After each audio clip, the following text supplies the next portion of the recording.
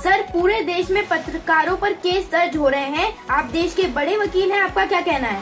देखिए, निश्चित तौर पर आपका बिल्कुल कहना सही है कि देश भर के पत्रकारों पर बहुत मात्रा में केस दर्ज हो रहे हैं, झूठे केस दर्ज हो रहे हैं। और पत्रकार, वास्तव में सच्चाई ये है, पत्रकार राज्य सरकारों की, अस्पतालों की कमियों को उजागर करते हैं, अखबारों में छपती है, न्यूज चैनल पर जाती है। इससे माननीय सर्वोच्च न्यायालय भी फिर एक्शन में आते हैं, डिफरेंट हाई कोर्ट्स भी एक्शन में आते हैं। इसकी वजह से राज्य सरकार और अस्पताल अपनी कमियों को छिपाने के लिए इन निष्पक्ष पत्रकारों पर, जो पत्रकार है, मीडिया चौथा स्तंभ है हमारे लोकतंत्र का, उन पर झूठे केस दर्ज करा। विभिन्न प्रदेशों में इतने फोन आते हैं इस बात को लेके कि उन पर इस बात को केस दर्ज हो गया, उसका सरकारी काम में बाधा का दर्ज हो गया। इससे क्या मतलब हुआ कि वो वहां अस्पताल एक तरफ ग्राउंड जीरो की रिपोर्टिंग कर रहे हैं।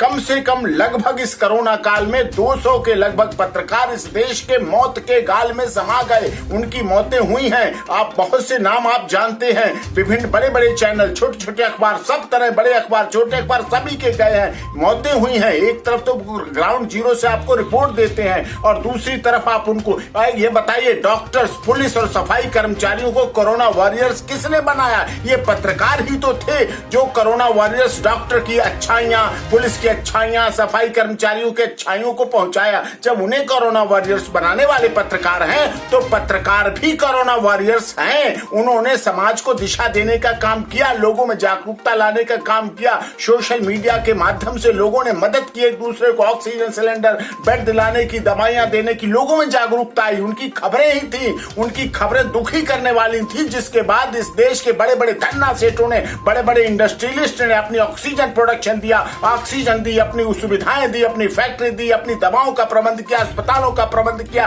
कि अखबारों की, मीडिया की, जर्नलिस्ट की वजह से लोगों ने अपने अस्पताल खुलवाए, अपनी जगह दी, अपना सब कुछ किया।